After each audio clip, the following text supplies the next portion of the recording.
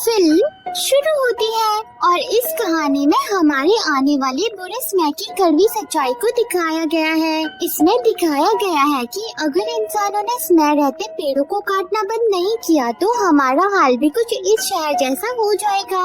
इस शहर में कोई भी जिंदा पेड़ नहीं रह गया, सारी हरियाली भी खत्म हो गई और जो कुछ भी इस शहर में दिख रहा है वो सब प्लास्टिक से बनाया गया है। पेड़, फूल, घास, घर सभी प्लास्टिक से बने हैं। यहाँ तक कि लोग भी प्राकृतिक हरियाली को भूल चुके हैं और हालात इतने बुरे हो गए हैं कि ताज़ी हवा भी खरीदी और बेची जा रही है। पर फिर कुछ ऐसा होता है कि एक बार फिर से इस प्लास्टिक से भरे शहर में हरे भरे पेड़ों की बातें होने लगती है, जिसकी वजह थी ऑड्री, जो टेड को अपने पेंट करके बनाए हुए बहुत सारे पेड़ दिखाती है और उससे कहती है कि मैं इस संसार में बस एक ही चीज देखना चाहती हूँ, जो कि है एक जीवित पेड़ जो मेरे बैकयार्ड में लगा हो। जिस पर टेड ऑड्री से कहता है कि अगर कोई इंसान तुम्हारे लिए उस पेड़ को ले आए तो। ये सुन के ऑड्री कहती है कि तो मैं उसी वक्त उस इंसान से शादी कर लूंगी। तो ऑड्री के मुंह से ये बात सुन के टेड की खुशी का कोई ठिकाना ही नहीं रह जाता, क्योंकि वो ऑड्री को बहुत ज्यादा पसंद करता था, जबकि ऑड्री उससे काफी बड़ी थी। लेकिन फिर भी जिसके बाद टेड घर आके अपनी मॉम से पूछता है कि क्या आप किसी ऐसी जगह को जानती है जहाँ से मैं एक असली पेड़ ला सकूं जो जमीन से उगता है। ये सुन के टेड की मॉम उससे कहती है कि तुम उस गंदे जमीन से उगे पेड़ का क्या करोगे, जब हमारे पास ऑटोमेटिक पेड़ है जिसे हम अपनी मर्जी से चला सकते हैं। पर तभी टेड की नानी उसे बताती है कि अगर तुम्हें पेड़ चाहिए तो वॉन्सलर को ढूंढना होगा, क्योंकि वही है जो जानता है कि पेड़ों को क्या हुआ है और वो तुम्हें शहर से दूर बाहर मिलेगा। तो बेचारा टेड ये जानते ही वॉन्सलर को ढूंढने निकल पड़ता है, जिसमें उसकी सबसे पहली चुनौती अपने शहर के चारों तरफ बनी ऊंची ऊंची दीवारों को पार करने की थी। और वहीं दूसरी तरफ हम ओ हेयर को देखते हैं, जिसने इस प्लास्टिक के शहर को बनाया था और वो डब्बों में भर भर के लोगों को ताज़ी हवा बेचता था। और फिर ओ हेयर को उसके बॉडीगार्ड से पता चलता है कि एक लड़का शहर से बाहर जा रहा है। ये जान के ओ हेयर अपने बॉडीगार्ड से कहते हैं कि कोई शहर छोड़ के नहीं जा सकता, तुम पता करो कि इस लड़के का इरादा क्या है। और वहाँ बेचारा टेड अपने शहर से बाहर का नजारा देखकर काफी हैरान था। वो जिंदगी में पहली बार ऐसा कुछ देख रहा था। चारों तरफ पेड़ कटे हुए थे और किसी इंसान का नामो निशान तक नहीं था। लेकिन फिर कुछ चुनौतियों को पार करके आखिरकार टेड वॉन्सलर के घर तक पहुंच ही जाता है। लेकिन काफी समय से वॉन्सलर ने किसी इंसान को नहीं देखा था, इसलिए वो टेड पर हमला करने लग जाता है और उसे उल्टा टांग देता है। तब घबरा के टेड के मुंह से पेड़ वाली बात निकल जाती है। तो पेड़ का नाम सुन के वॉन्सलर खो से जाता है और कहता है कि मुझे नहीं लगा था कि आज भी कोई पेड़ों की परवाह करता होगा। जिसके बाद वॉन्सलर टेड को बताता है कि ये जो कुछ भी पेड़ों के साथ हुआ है वो सारी मेरी गलती थी। फिर वॉन्सलर उसे शुरुआत से अपनी कहानी बताता है कि जब मैं एक नौजवान लड़का था तो मैं घर से अपने सपनों को पूरा करने के लिए सिर्फ एक घोड़ा गाड़ी और गिटार लेकर निकल पड़ा था। और फिर चलते चलते मैं एक ऐसी जगह पर पहुंच गया जहां बहुत सारे पेड़ और बहुत से क्यूट एनिमल्स थे, जिन्होंने पहले तो मुझे अपनाने से मना कर दिया। लेकिन जब मैंने उन्हें मार्शमैलो खिलाए तो वो सब उसके दीवाने हो गए और फिर मैंने अपना पेड़ काटने का काम शुरू कर दिया। पर मैं ये नहीं जानता था कि ऐसा करके मैंने जंगल के संरक्षक लॉरेक्स को बुलावा दे दिया था, जो कि पेड़ों से अपनी जान से भी ज्यादा प्यार करता था। और पेड़ कटने की वजह से लॉरेक्स और जंगल के प्यारे जानवर बहुत उदास थे, इसलिए उन सब ने मिलकर मुझे इस जगह से चले जाने को कहा।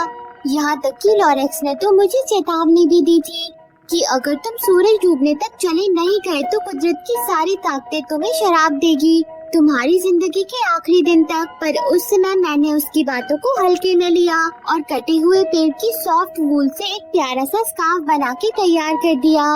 लेकिन जब रात में मैं गहरी नींद में सो रहा था तब लॉरेक्स ने अपने छुटकू एनिमल्स के साथ मिलके मुझे मेरे पलंग के साथ ही घर से उठा लिया और मुझे पानी में रख दिया ताकि मैं बह के इस जगह से दूर चला जाऊं। पर एक छुटकू एनिमल गलती से मेरे साथ मेरे बिस्तर पर ही रह गया था, जिसे बचाने के लिए लॉरेक्स और बाकी के प्यारे एनिमल्स मेरा पीछा करने लगे और उन्होंने मेरी और उस छुटकू की जान बचा ली।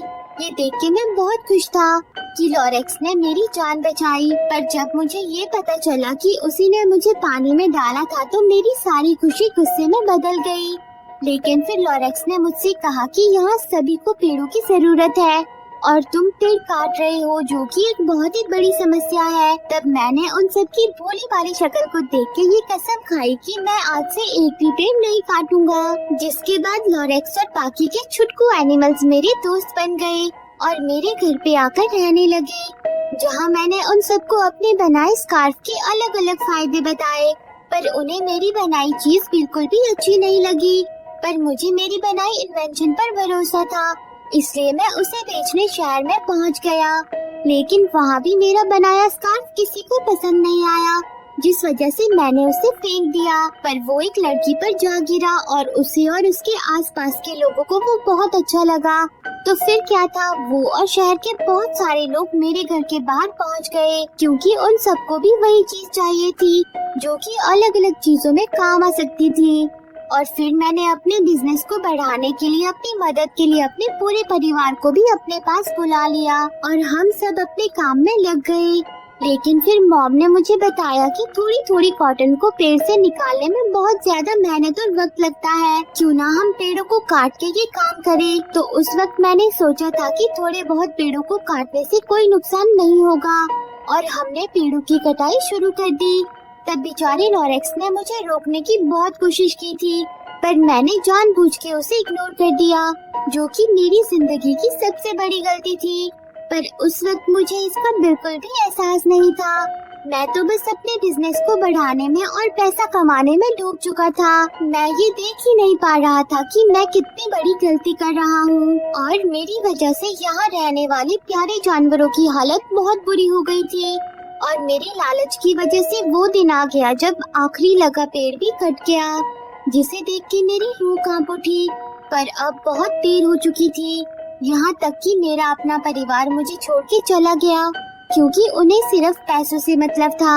और मेरे प्यारे छुटकू दोस्त एनिमल्स भी इस जगह को छोड़ के चले गए, क्योंकि वो ऐसी जगह पर नहीं रह सकते थे जहाँ पर अब एक भी पेड़ नहीं बचा था। और आखिर में मैंने मेरे प्यारे दोस्त लॉरेक्स को भी खो दिया। वो भी मुझे छोड़ के अपनी दुनिया में लौट गया और मैं बिल्कुल अकेला रह गया। वॉन्सलर की ये कहानी सुन के आज टेड पेड़ों की अहमियत को समझ पाता है और वॉन्सलर टेड को आखिरी बचा पेड़ का बीज दे देता है और उससे कहता है कि तुम इस बीज को शहर के बिल्कुल बीचों बीच बोना, ताकि लोग एक बार फिर से पेड़ों की अहमियत को समझ सके। जिसके बाद बेचारा टेड बीज को लेकर वापस अपने शहर में पहुंच जाता है, जहां एक बहुत बड़ी गड़बड़ हो जाती है। एक कैमरा टेड के पास पेड़ के बीज को कैप्चर कर लेता है, पर इस बारे में टेड को कोई खबर नहीं थी।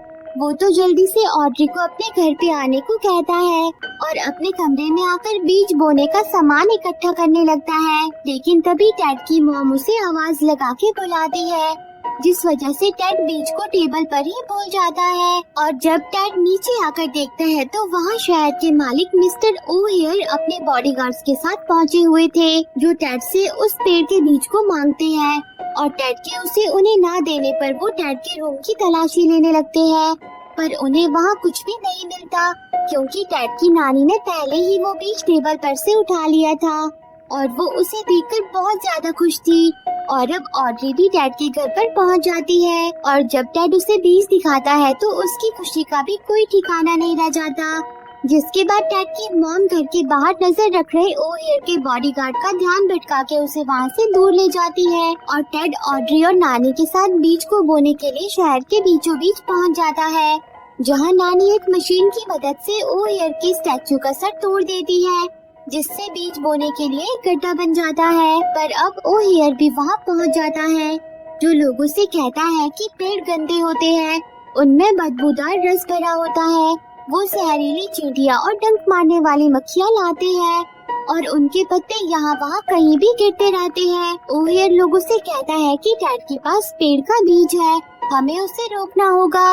ये सुन के टेड जल्दी से एक मशीन को चालू कर देता है और शहर की बड़ी सी दीवार को तोड़ डालता है जिसके दूसरी तरफ की दुनिया को देखकर लोगों की आंखें फटी की फटी रह जाती है, क्योंकि ओहियर की वजह से वो सब सिर्फ इस शहर की 4 दीवारों तक ही सीमित रह गए थे। और टेड सबसे कहता है कि ये पेड़ ही हमारा जीवन है, जो हमें शुद्ध हवा देती है। इनके होने से हमें हवा खरीदने की कोई जरूरत नहीं होगी।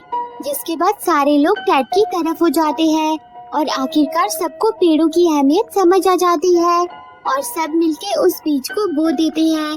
जिसके कुछ समय के बाद हम देखते हैं कि अब वॉसलर ने भी अपने घर के बाहर बहुत सारे पेड़ उगा लिए हैं, जिस वजह से आज उसका प्यारा दोस्त लॉरेक्स भी उसके पास वापस आ जाता है, जिसे देख के वॉसलर बहुत ज्यादा खुश होता है और उसके सारे छुटकू एनिमल्स दोस्त भी वापस लौट आते हैं।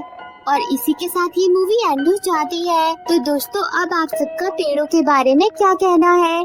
क्या आप भी ये मानते हो कि हमें ज्यादा से ज्यादा पेड़ों को लगाना चाहिए? और जो लोग भी पेड़ों को काटते हैं उन्हें ऐसा करने से रोकना चाहिए, क्योंकि पेड़ ही वो चीज है जिसकी वजह से हम सब आज जिंदा है। तो दोस्तों, आपको ये मूवी कैसी लगी कमेंट करके जरूर बताना और रोज ऐसी ही प्यारी प्यारी मूवी देखने के लिए मेरे चैनल को जरूर सब्सक्राइब करना। जी हाँ, सही सुना, मैं आपके लिए रोज एक प्यारी सी मूवी लेकर आऊंगी ताकि मेरे दोस्तों के साथ प्यार बना रहे। Thanks for watching.